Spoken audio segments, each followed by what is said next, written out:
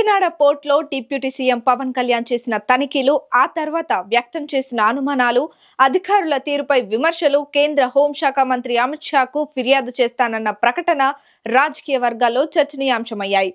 అదే సమయంలో కాకినాడ పోర్టు వ్యవహారం సిబిఐకి అప్పగించాలా లేక సిఐడికి అప్పగించాలా అన్న అంశంపై కేబినెట్ లో చర్చిస్తామని కూడా పవన్ హింట్ ఇచ్చారు. దీంతో పవన్ దూకుడుపై కాకినాడ పోర్టు వెనుక ఉండి అంతా నడిపిస్తున్న వారంతా అలర్ట్ అయినట్లు తెలుస్తోంది. పోర్టు తనిఖీలో పవన్ అధికారులు, స్థానిక టీడీపీ ఎమ్మెల్యేపై చేసిన వ్యాఖ్యలు వారికి మింగుడు పడడం లేదని సమాచారం.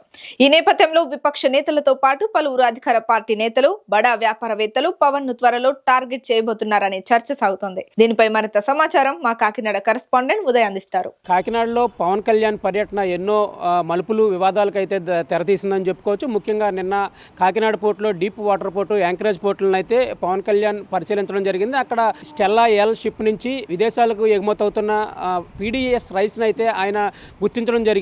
ఇవి గత అనేక రోజుల నుంచి, అనేక సంవత్సరాల నుంచి విదేశాలకు పేదల బియ్యం తరలిపోతున్నాయని ఆయన ఆగ్రహం వ్యక్తం చేయడం జరిగింది. ముఖ్యంగా ఇక్కడ జిల్లా యంత్రాంగం ఏం చేస్తుందని కూడా ఆయన ప్రశ్నించడం జరిగింది. ప్రత్యక్షంగా కాకినాడ ఎమ్మెల్యే కొండబాబుపై కూడా ఆయన ఆగ్రహం వ్యక్తం చేశారు. మీరు కాకినాడ ఎమ్మెల్యే కొండబాబు స్మగ్లర్లతో కాంప్రమైజ్ అయ్యారని ఆయన వివాదాస్పద వ్యాఖ్యలు కూడా చేయడం జరిగింది. అలా మరోవైపు తాను జిల్లా పర్యటనకు వస్తున్నప్పుడే జిల్లా ఎస్పీ సెలవు పెట్టడం ఏంటని ఆయన ప్రశ్నించడం జరిగింది. ఆర్డీఎక్స్ లాంటి విధ్వంసకర పదార్థాలు కాకినాడలో ప్రవేశించడం చాలా సులువని కూడా ఆయన చెప్పడం జరిగింది. మొత్తం మీద తాను కాకినాడ పోర్టును పరిశీలించడానికి వస్తున్నాను, చెక్ చేయడానికి వస్తున్నాను అన్న వార్తల నేపథ్యంలో తాను కాకినాడ రావద్దని కూడా అనేక మంది ఫోన్లు చేసి చెప్పారని కూడా ఆయన ఆగ్రహం వ్యక్తం చేయడం జరిగింది. సుమారు 10,000 మంది కార్మికులు రోడ్డును పడతారని కూడా ఈ ఫోన్లు సారాంశం అని కూడా చెప్పింది. ఎవరికి ఏ ఇబ్బంది లేకుండా, ఈ 10,000 మంది కార్మికులకు ఏ ఇబ్బంది లేకుండా పోర్టును ప్రక్షాళన చేయడానికి సంకల్పించామని కూడా ఆయన చెప్పడం జరిగింది. ముఖ్యంగా అధికార పార్టీ నేతలపై ఆయన నిప్పులు చెరగడం కొంత వివాదాలకైతే దారితీసింది. ఈ అధికార పార్టీతో పాటు విపక్ష నేతలు, కొంతమంది ఉన్నతాధికారులు, ఈ స్మగ్లర్లు, అంటే ఈ కాకినాడ పోర్టు నుంచి అనధికారికంగా బియ్యాన్ని ఎగుమతి చేస్తున్న కొంతమంది బడా బాబులు కూడా పవన్ కళ్యాణ్పై ముప్పేట దాడి చేయడానికి అయితే సిద్ధమవుతున్నారనే వార్తల నేపథ్యంలో పవన్ కళ్యాణ్ వీటిని ఏ విధంగా తిప్పికొడతారు, వారికి ఏ విధంగా సమాధానం చెప్తారనేది కూడా ముందున్న ప్రశ్న. పౌర సరఫరాల శాఖ జిల్లా అధికారిని విజయవాడ హెడ్ ఆఫీస్లో అయితే రిపోర్ట్ చేయమని ఆదేశాలు కూడా అందాయి.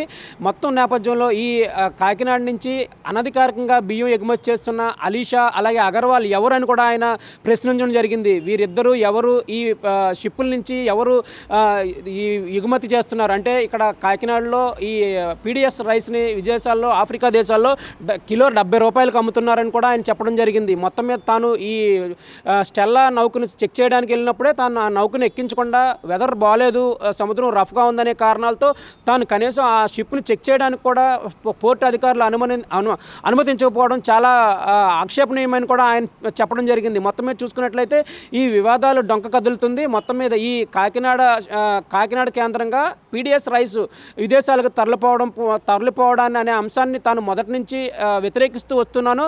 కానీ కొంతమంది తమ పార్టీ నాయకులు, అంటే కూటమి పార్టీ నాయకులు కానీ, పెద్దలు కానీ, బడా వ్యాపారవేత్తలు కానీ వీరికి అండదండలు అందిస్తూ వీరికి చేయూతనిస్తున్నారు. అది చాలా మంచి పద్ధతి కాదు అని వారి తీరు మార్చుకోవాలని కూడా పవన్ కళ్యాణ్ చెప్పడం జరిగింది. జిల్లా అధికారులు కూడా గత ప్రభుత్వం నేతలకు కొమ్ము కాశారు.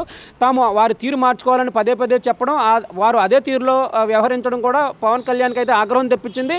ఈ నేపథ్యంలో వారిపై వేటు కూడా పడింది. పవన్ కళ్యాణ్ ఈ మొత్తం మీద, అంటే ఈ కాకినాడ పోర్టును పరిశీలించిన తర్వాత అధికార పార్టీ నేతల్లో కూడా కొంత వ్యతిరేకత వ్యక్తమైంది. తాము కాకినాడ ఎమ్మెల్యేగా ఉన్నా కానీ, అలాగే జిల్లాలో ఉన్నతాధికారులుగా ఉన్నప్పుడు కానీ ప్రత్యక్షంగా అందరు ఎదురుగా తమపై పవన్ కళ్యాణ్ ఏ విధంగా ఆగ్రహం వ్యక్తం చేస్తారనే దాని మీద కూడా వారు మల్లగొల్లాలు పడుతున్నట్టు సమాచారం ఉంది. కాకినాడ ఎమ్మెల్యే అయితే తన అనుచరుల వద్ద కూడా వాపోయిన పరిస్థితి అయితే నెలకొంది. తాను మీడియా ముందు, అలాగే ఇతర అధికారులు, పార్టీ నేతల ముందు తాను వాళ్ళతో కాంప్రమైజ్ ఎలా అవుతారని ప్రశ్నించడం కూడా ఆయనకు కొంచెం ఇబ్బందికరంగా మారిందనే చెప్పుకోవచ్చు. నిన్న కాకినాడ పర్యటన చాలామంది ప్రతిపక్ష నేతలతో పాటు కూటమి నేతలకు కూడా ఇబ్బందికరంగా మారింది. పవన్ కళ్యాణ్ వారి మీద ఆగ్రహం వ్యక్తం చేయడం కూడా వారు జీర్ణించుకోలేకపోతున్నారు. పవన్ కళ్యాణ్పై ముప్పేట దాడికైతే సిద్ధమవుతున్నారు. దీన్ని డిప్యూటీ సీఎం పవన్ కళ్యాణ్ ఏ విధంగా తిప్పికొడతారు, వాళ్ళని ఏ విధంగా ఎదుర్కొంటారు, మొత్తం మీద కాకినాడ పోర్టు నుంచి ఎగుమతి అవుతున్న అనధికార అక్రమ బియ్యాన్ని ఎలా కట్టడి చేస్తారనేది కూడా ముందున్న ప్రశ్న. మెగా 9 న్యూస్ కోసం వీడియో జర్నలిస్ట్ దొరబాబుతో ఉదయ్, కాకినాడ నుంచి.